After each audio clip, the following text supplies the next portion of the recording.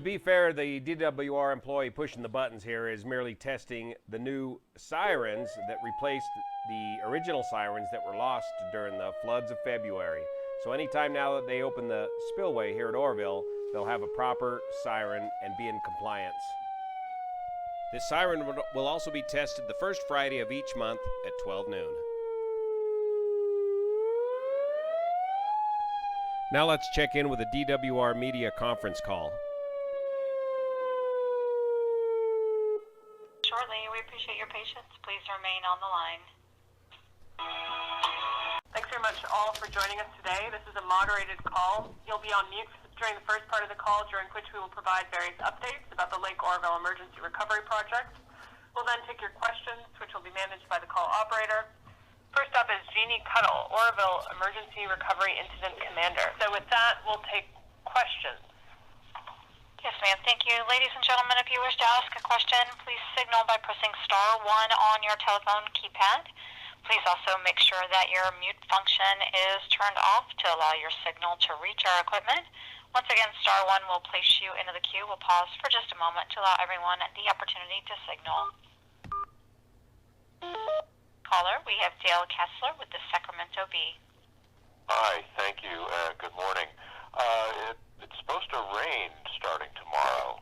How much of a problem is that going to cause? I know the lake level is down considerably, but are you worried about that? Hi, Dale. This is Dave Gutierrez. Next question comes from Juan Brown with the Union newspaper, Grass Valley, California. Hey, good morning. Doing the flyovers, how many concrete batch plants you guys setting up? 2 or 3 of them? Jeff, Yeah, can this you is take Jeff. that? Yeah, go ahead, Jeff. Yeah. This is Jeff Peterson. There's 2 concrete batch plants. One is for structural concrete for the finished spillway chute, and there's an RCC, roller compacted concrete batch plant for the roller compacted concrete, which serves as the foundation for the finished concrete chute. Which one is which? Where's the RCC batch plant? Is that up there on the by the emergency spillway? The structural concrete, or we nickname the PCC batch plant, is up on emergency spillway on the boat ramp parking lot. Gotcha. And then the batch plants you see in the video that are lower to the channel left side are the RCC batch plant and the crusher plant, the rock crushing plant, which provides rock to the RCC plant. How is that from the RCC plant and the crusher? How is that going to be conveyed into the spillway? It is trucked in. Okay. We batch it in the plant and we dump it into heavy haul trucks, and we travel around on access roads that we build and dump it into the area where it's placed. The canyon's getting cut back quite a bit. Is that? Are you going to cut some access roads right across the canyon to the spillway so you can go directly in there? Yeah, the canyon's being cut back both from a safety standpoint to make sure there's no rock ledges that could fall in on any workers, and there's also any recent aerial footage that you see would show one road pretty well constructed and another one being constructed into the canyon to get to the low sections where we start the RCC. Okay, and the cutoff wall in the emergency spillway, are we starting to see that trench getting cut for that from above? No, the cutoff wall hasn't started yet. Just some early planning, and final design is still being worked on by DWR. Okay, very good. Can you measure seismographically up there at the dam, the level of these blasts? Are they so low intensity they don't even register? Yeah, that's pretty accurate. They're pretty low intensity for safety of the surroundings and the people that are out here working. And that's ANFO. You guys are using ANFO on that? Not usually. We use a bulk emulsion in most cases. What's it called? It's bulk emulsion. Bulk So emulsion. it's a product not too different from ANFO, other than the bulk emulsion is more of a waterproof product. Oh, okay. And that gives you that nice, powerful, but controllable blasting. The guy's been doing a great job. Who is that that's doing the blasting on that? We self-perform a lot of the blasting, also working with Neil's Controlled Blasting as part of our team. Neil's control. All right, Juan. Well, We're going to have to go to the next Sure, question. thanks so much. You That was can great. dial in and ask another one at the end. Okay. Thanks. Mm-hmm. We'll take our next question from Jeremy Linder with KRCR News Channel 7. And once again, as a reminder, it is star 1 to be placed into the queue. We next move to Mark Cuman with KOVR TV. Actually, my question was previously addressed, but thank you. And there Great. are no further questions. You guys are easy. Juan, do you have anything else? Yeah, I do. If Jeff, are you still there? He has not requeued. Okay. The big. All right, then. I guess we'll end this call and we'll talk to you guys in another couple of weeks. We're going to be sending out a press release following up on this with some links to the information that we referenced, including the BOC memo. Thank you, ladies and gentlemen. That does conclude today's conference. We thank you for your participation. You may now disconnect.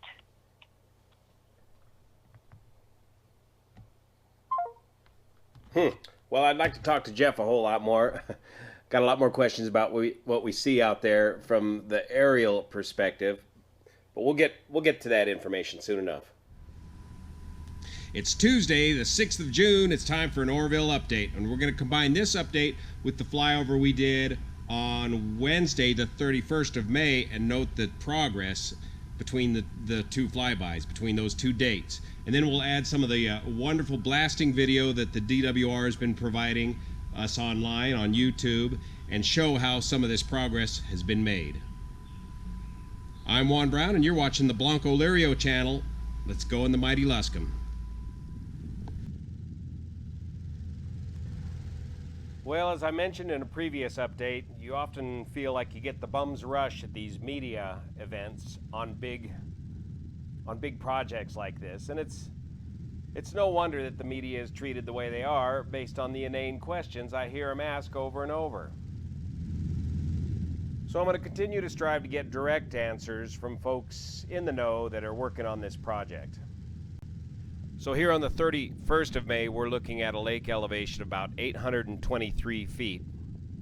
Outflows are exceeding inflows about 2 to 1, and so the lake level is dropping about 12 inches per day, right out of the Hyatt power plant. Just coming over the closed boat ramp in the bottom center of the screen, and the parking lot for the closed boat ramp is now going to be the concrete plant for the structural concrete. The structural concrete will be that which is used for the reinforced spillway, steel reinforced spillway, which will be built on top of the roller compacted concrete. Not much getting done at this time on the emergency spillway located between the parking lot and the main spillway.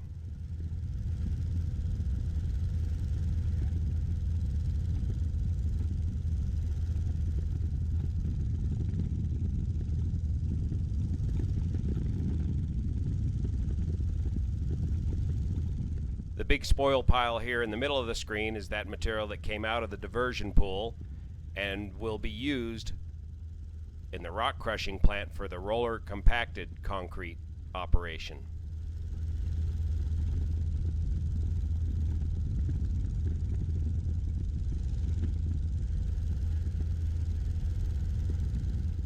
On this flyover, we can still see quite a bit of the lower spillway intact and yet to be blasted out.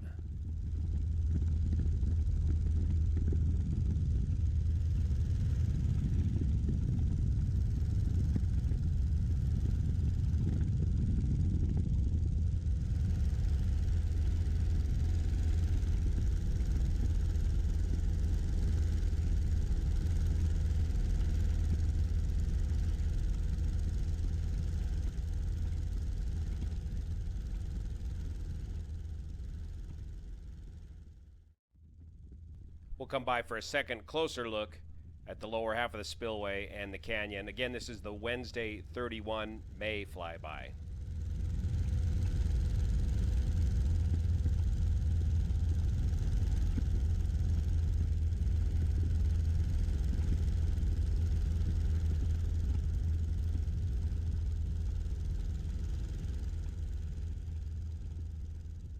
Now we'll fast forward to Tuesday, the 6th of June, with my Jenny for her first Oroville update ride in the mighty Luscombe. Approaching Bidwell Marina, plenty of boats and activity. Over 30,000 folks visited Oroville over Memorial Day weekend this last weekend.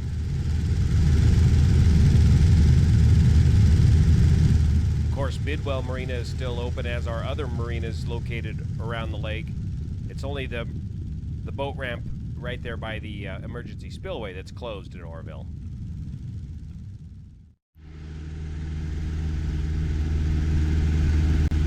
My Jenny doing well to hold down her breakfast, bumping along over Oroville. 2,500 feet and about 80 miles an hour, with the windows wide open. Approaching the inlet to the main spillway with the lake level about 816 feet, we're very close to getting to the bottom of the spillway gates, which I believe are around 813 feet or so, and that should get rid of that last little irritating drip of water leaking past the gates. It sounds like DWR wants to maintain a lake level of approximately 800 feet this summer, so without flows of 12,000 CFS and inflows only 6,000, they'll be reducing the flow out of the Hyatt power plant soon. Now let's take a closer look at the structural concrete plant they're setting up here on the parking lot to the boat ramp. The structural concrete, of course, is that which will be used to make the main spillway later on this season. In many large construction projects, this concrete is often conveyed using conveyor belts, but in this project, they're going to use heavy haul trucks. And that goes for the roller compacted concrete as well. They're going to be doing it all by trucks. Thus the extensive road network you're seeing built all around the spillway. So I asked at the media conference if this was the beginning of the cutoff wall construction for the emergency spillway, and the answer is no. They have not begun construction on the cutoff wall yet. They're still finalizing the design for that, but that project and the continued armoring of the emergency spillway will be done this season. The whole idea of the cutoff wall is to stop erosion from further encroaching upon the emergency spillway. Everything between the cutoff wall and the emergency spillway will be filled with roller compacted concrete, if in the event the emergency spillway is ever used again. Now you can see where they nipped off the lower 600 feet of the upper spillway and have determined that the rest of the upper spillway is structurally sound enough to get them through this season. The 1,000 feet of upper spillway shown here will be replaced next year. Here's a closer look at the end of the upper spillway, and this is the point that the new lower spillway will attach to. Remember too, all these power lines you see coming from the Hyatt power plant are going to be rerouted away from the dam and emergency spillway, so they will no longer be here. As we bend around the lower 2,000 feet of the spillway, we can see that most all of that concrete has been removed.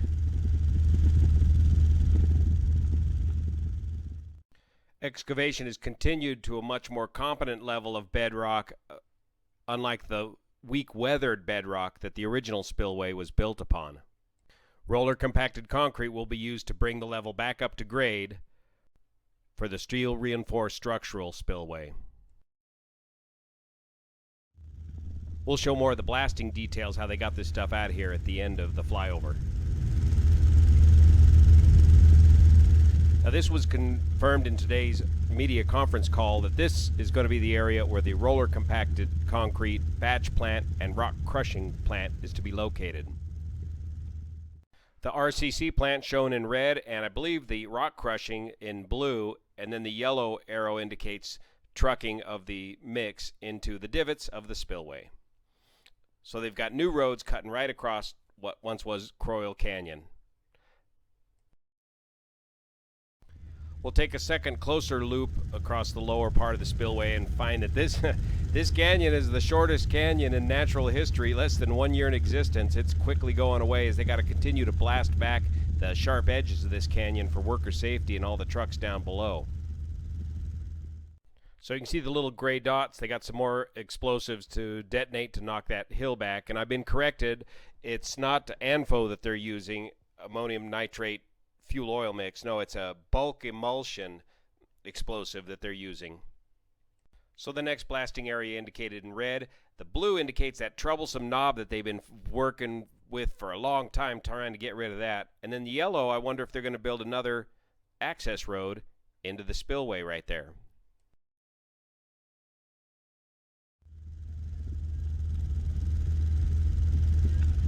And to the left of the spillway is that huge spoil pile of rocks. It's going to have to be trucked into the roller compacted concrete rock crushing plant and batch plant and fed back into the spillway. So a lot of diesel is going to be burned and a lot of trucks moving around to make this happen.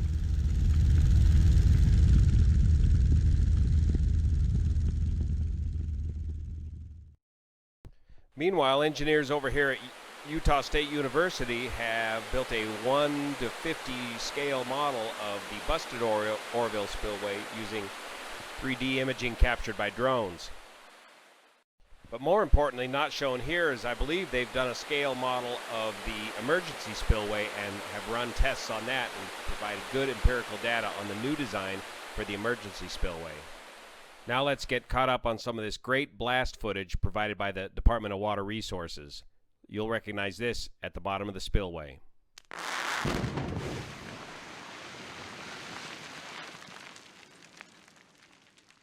Looks like the folks at Neil's Control Blasting have really stepped up their game, added a little more emulsion to the mix.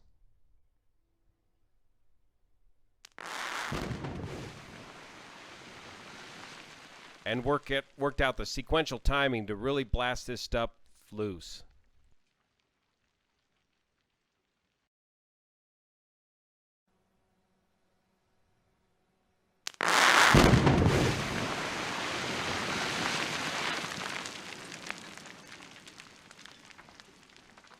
A bit more fly rock involved with these blasts, but that's all right. We're getting her done.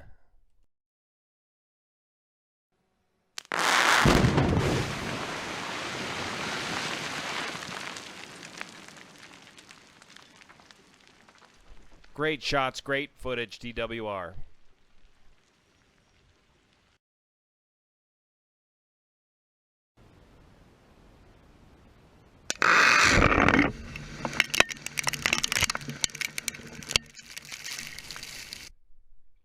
Here comes that cool slow motion shot at 120 frames per second with the GoPro camera in the enclosed case.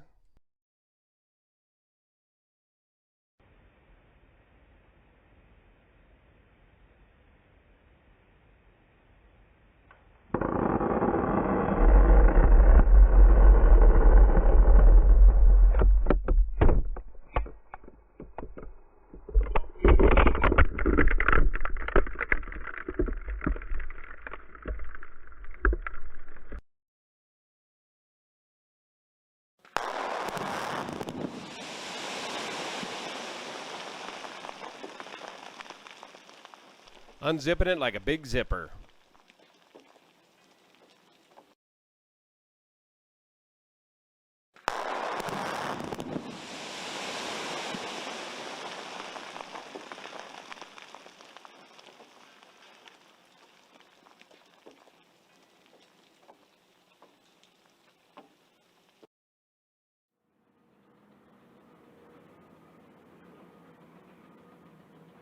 Getting caught up with the latest video from DWR flying down the upper spillway. The rock hammer's working on the area just above the old break.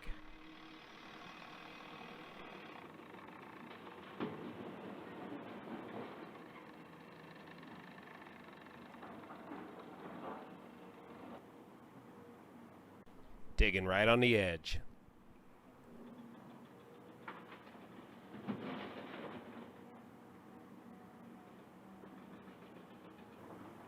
Here we can see some of the very first new concrete being pumped into the cleaned up bedrock underneath what's going to be underneath the new spillway. Now, is this the roller compacted concrete mix with the crushed rock in it? You see all the lines in the rock indicating where they want to bring the different various levels up to. Again, this material will not have steel reinforcement to it. It'll just be a fill to build things back up to the original grade, where they can build a new steel reinforced concrete spillway on top. Here they are excavating on the lower spillway just about the same time we were flying over on our latest flyby.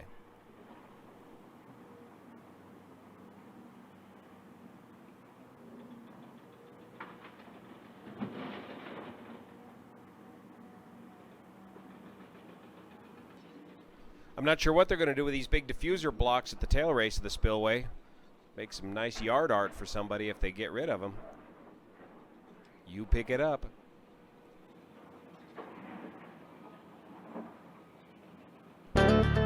So lots of roller compacted concrete to come. On June 19th is when they schedule to start filling with RCC. Crews are working on double shifts. Employees are coming out of local union halls. Upwards of 500 employees will be on this job by August. Stay tuned.